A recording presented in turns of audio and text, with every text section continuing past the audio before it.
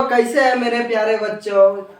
आशा करते हैं आप लोग मस्त होंगे, स्वस्थ होंगे। चलिए आज हम लोग का फिर से आ गए हम लोग अपने टॉपिक को लेकर के, जो कि हम लोग का टॉपिक था दो चर वाले रैखिक समीकरण।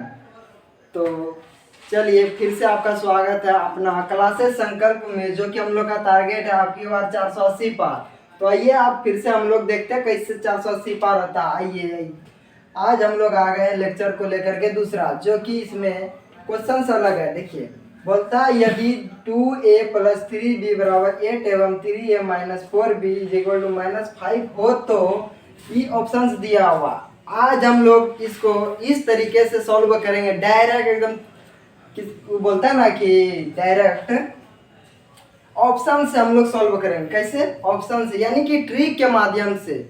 वो उतना लंबा चौड़ा नहीं, आज हम लोग डीप में जाएंगे और आज हम लोग ट्रिक के माध्यम से इसको सॉल्व करेंगे। डायरेक्ट ऑप्शन को देख करके हम लोग सॉल्व करेंगे। चलिए समीकरण को उतारते पहले क्या दिया है, 2a + 3b = 8 दिया हुआ है।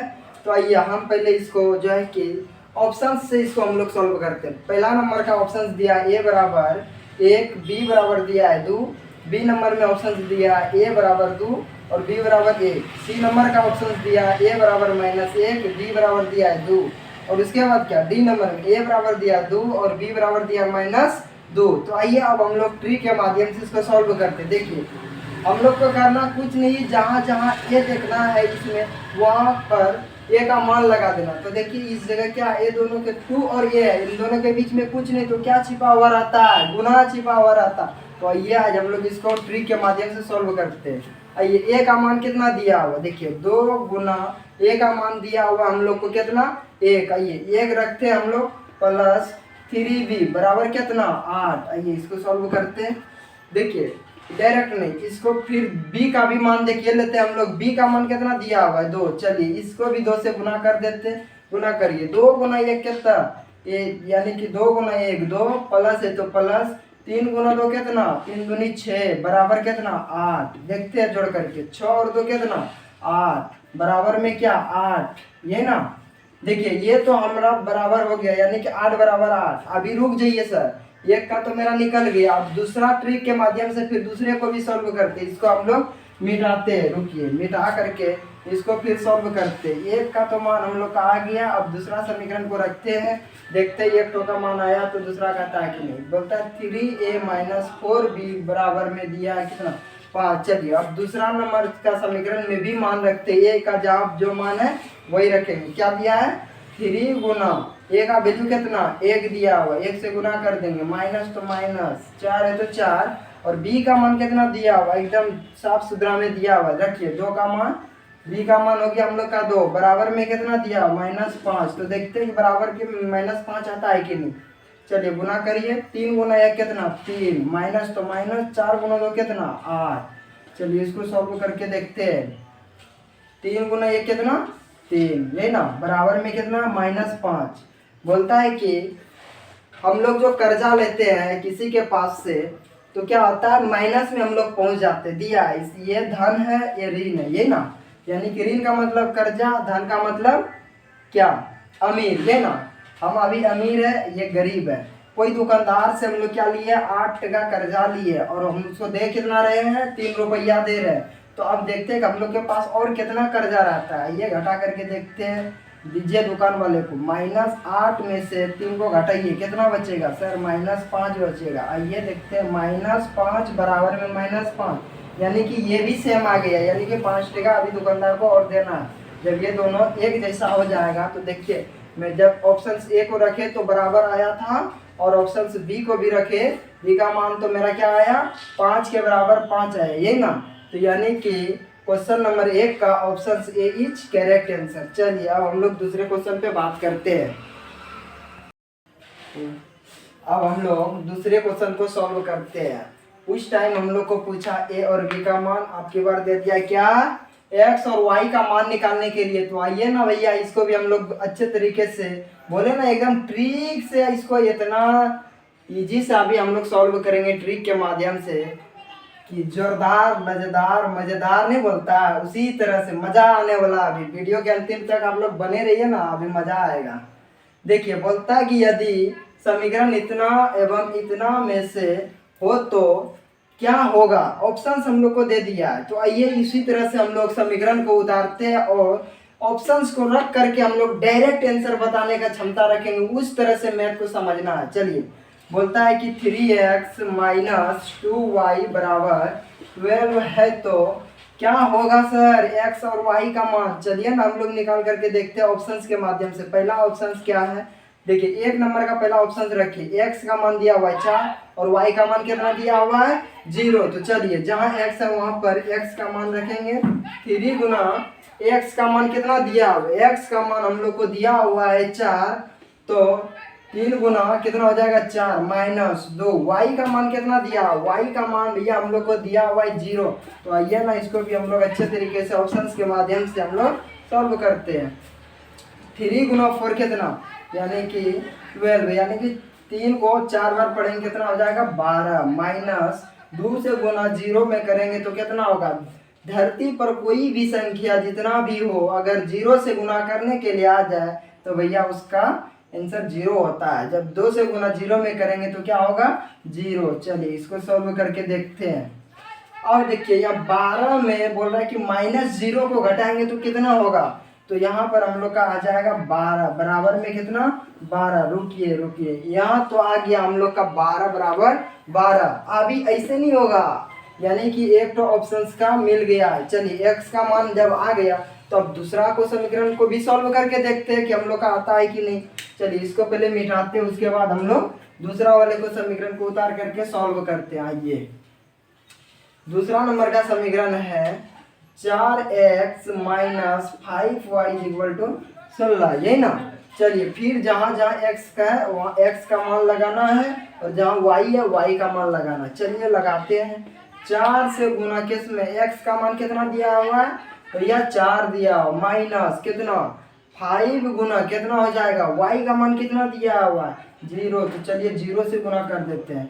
आइए गुना करके देखते क्या होता है। 4 गुने 4 कितना 16, फिर माइनस, तो माइनस 5 से गुना 5 से गुना 0 में करेंगे तो अभी हम क्या बताएं, अगर कोई भी संख्या आ जाए 0 से रिलेटेड तो उससे गुना करने पर 0 ही प्राप्त होता है। तो चलिए 0 आ गया और 16 है तो 16। अब इन दोनों को घटाएंगे, 16 में से -0 को करेंगे तो हम लोग का आ जाएगा 16 बराबर में से 16, यानी कि समीकरण 1 में भी बराबर आया और समीकरण 2 को जब सॉल्व किए तो उसमें भी बराबर आया, यानी कि क्वेश्चन नंबर 2 का ऑप्शन बी नंबर का सही हो जाएगा। देखिए दूसरा ऑप्शन, चलिए अब हम लोग तीसरा क्वेश्चन को सॉल्व करते हैं। क्वेश्चन को सॉल्व करके देखिए तो बी नंबर का ऑप्शन को, चलिए बी नंबर को भी हम लोग सॉल्व करके देखते हैं। दिया हुआ है 3x माइनस 2y बराबर में कितना 12। तो चलिए बी नंबर का ऑप्शंस को भी रख करके देखते हैं कि x का वैल्यू इसमें 0 दिया है और y का वैल्यू कितना दिया हुआ है 4। चलिए इसको भी रख करके हम लोग देखते हैं। 3 गुना x का वैल्यू बी नंबर में क्या दिया है 0, चलिए 0 को रखते हैं और y का मान कितना दिया हुआ है 4। तो चलिए 2 गुना y का मान कितना 4, चलिए 4 को भी रख करके हम लोग देख लिए, यानी कि 3 से गुना अगर कोई भी संख्या में करेंगे तो अगर 0 हो जाएगा, 0 से कोई भी संख्या हो जाए मिल जाए आप लोग को तो उसका गुना करने के लिए बोले तो उससे गुना करने पर हम लोग को 0 प्राप्त होता है। चलिए 0 से गुना कर दिए। अब 4 से गुने आया 2 में, तो 4 दूनी कितना हो जाएगा 8, चलिए 8 लिख दिए बराबर में 12। जब इसको घटाएंगे कितना आ जाएगा 0 माइनस 8, तो हमेशा बड़ा का चिन्ह क्या होता है शेष बचता है, इसलिए 8 बराबर में कितना आ गया 0, यानी कि जब मेरा पहला समीकरण नहीं सिद्ध हुआ, इसके ये दोनों बराबर नहीं हुआ तो क्या ये y का मान बराबर होगा, ये भैया नहीं होगा। चलिए अब तीसरा नंबर का ऑप्शन को अब हम लोग तीसरे क्वेश्चन को सॉल्व करते हैं। चलिए तीसरे क्वेश्चन को सॉल्व करते हैं।